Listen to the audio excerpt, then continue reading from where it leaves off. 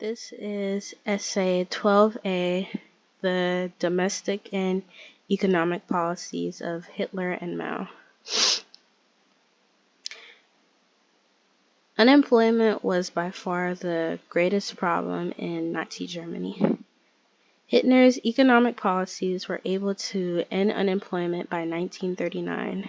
This was considered to be an economic miracle, and most of the reduction in unemployment was connected to his establishment of an economy-based production for possible war after 1936, which is also known as the Four-Year Plan.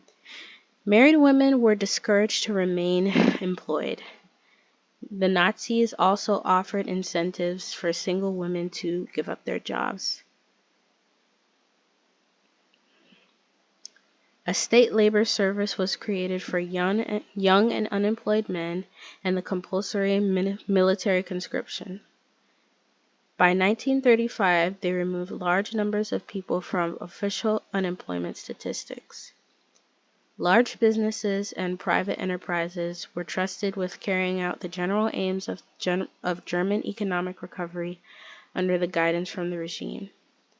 The government placed contracts with German companies which ensured partnerships between the regime and the industry.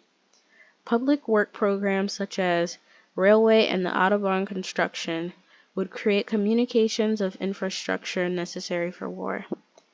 These were widely known government projects which captured the imagination of many German and foreign observers, which created an opportunity for work. There were other labor-intensive public work projects for creating houses, schools, hospitals, canals, and bridges, and these also offered employment opportunities. The establishment of the state labor service meant that cheap labor and controlled labor could be used to promote German economic recovery.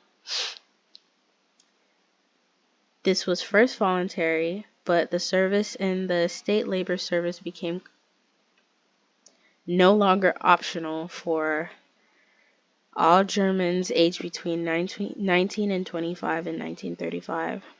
Work camps ensured authoritarian control over the recruits, and they were subject to Nazi political indoctrination in these work camps. In October of 1936, a four-year plan was introduced. This plan created major expansion in war-related industrial production. The intentions of the four-year plan were essentially that Germany's armed forces were to be operational and that the economy must be fit for the war within the 4 years. The revival of the economy in the field of war production took place at the expense of consumer goods. There were shortages of consumer products and wages were frozen at 1933 levels, although they were compensated for that by the fact that the employment was better compared to how it was during the Great Depression. And this is the impact on Mao's economic policies. So, the greatest challenges of Mao's economic policies was the intense pressure to reach his revolutionary goal targets. When the CCP, the Chinese Communist Party, came to power in 1949, the inflation rate rose immensely at 1,000%. By 1951, the inflation rate was reduced to a more tolerable 15%.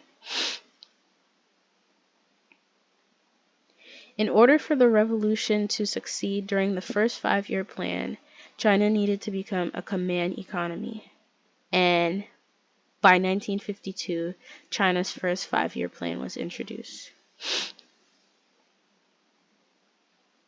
In the Sino-Soviet Agreement in 1950, the USSR agreed to provide China with economic assistance, and this included the provision of resources and advisors that would assist in the transformation of the economy. Under the first 5-year plan, coal, petrochemicals, and steel were targeted for the industrial production, and the development of transport industry was a very high priority, and a number of civil engineering projects were put into place. An example of this was the construction of vast roads and rail bridges across the Yangtze River at Nanking. The pressure to reach these industrial goals were very high. These figures were likely exaggerated by the CCP, but the results of the first 5-year plan are acknowledged and notable. The Great Leap Forward was the term that Mao used to describe the second 5-year plan, which was 1958 to 1962. His goal was to turn China into a modern industrial power within a short amount of time. In 1958, Mao was resisting China's alliance to the USSR, and tensions between this alliance had begun to emerge. Targets were set for agriculture and the industry that would lead the nation into economic triumph: General Grain and General Steel.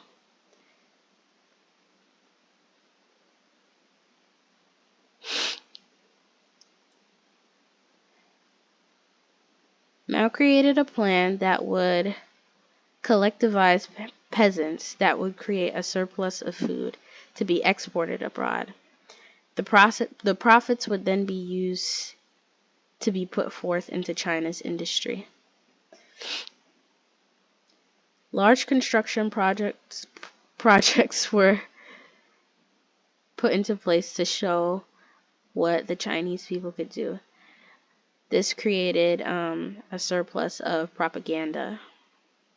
The expansion of the Tiananmen Square in Beijing began in 1957 and was completed within 2 years. Mao wanted it to be larger than Moscow's Red Square, and it is the 4th largest city square in the world. The backyard furnaces campaign was a notable idea during the 5-year plan. Mao believed that producing mass amounts of steel would turn around the economy. Iron and steel would not only be made in China's foundries and mills, but would also be made in small family-made kilns. The reality is that the little quality of steel that was produced by all this goodwill, homemade steel smelted from pots and pans, was useless. However, the authorities kept this quiet. While the production of the second 5-year plan looked impressive, there were fundamental weaknesses. The production of raw materials were not reflected as an increase of manufactured goods. China lacked the knowledge and technical skills required to fully transform the economy. The Great Famine, which was between 1958 to 1962, a lot of people starved. Mao wanted to revolutionize food production so that he could increase China's industrial workforce. State ownership of the land was also known as collectivization. Landlords were wiped out and land was redistributed along the peasants. The household registration system limited peasants' movement, and peasants were forcefully arranged into communes, and private ownership of land ended. Mao claimed that the peasants pretty much wanted these landforms, and any resistance to collectivization was shut down by Mao.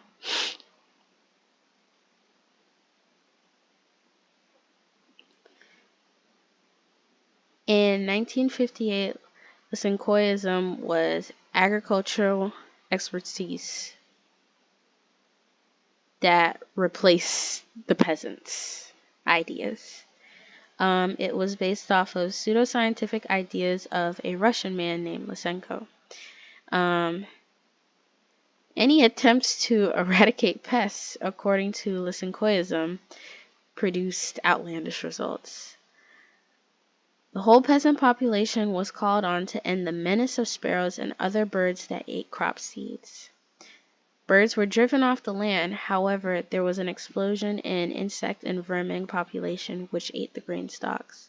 This was because there were no predators to get rid of them, which were the birds.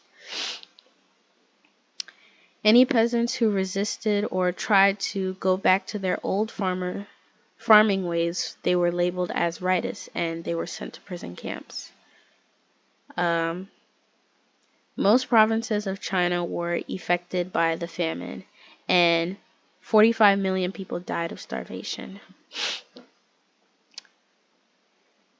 Mao eventually accepted that the Great Famine was happening, but he did not take responsibility for it. He blamed peasants for hoarding food, for local officials being incompetent, and he said that the weather was bad and affected harvests. In the end, Mao's reputation was tarnished, and he was confronted by Liu Shaoqi and Deng Xiaoping, and he ended up withdrawing from the political front line. However, Mao would end up punishing both Shaoqi and Deng later on, and going against for what he saw as Marxist ideals. And for the historical perspectives, Mao and his country was seen by many as the liberator of China who restored national pride. Many people in China today still proudly display a portrait of Mao in their homes. Some Western historians, like Philip Short, excuses Mao's excesses and the agony caused by him in his efforts to consolidate power because he is viewed as a visionary who set China on the road to fundamental change. Philip Short and other historians like him, they believe that Mao should not be put in the same category as Hitler or Stalin. On the contrast, Western historians think that Mao is a despot who murdered and oppressed millions of Chinese people. Historians like Jasper Becker hold Mao responsible for the deaths of 50 million people and refer to him as the greatest mass murderer in human history. Mao achieved authoritarian power to impose his vision and put an effort to change things, but he ended up killing millions of people in the process.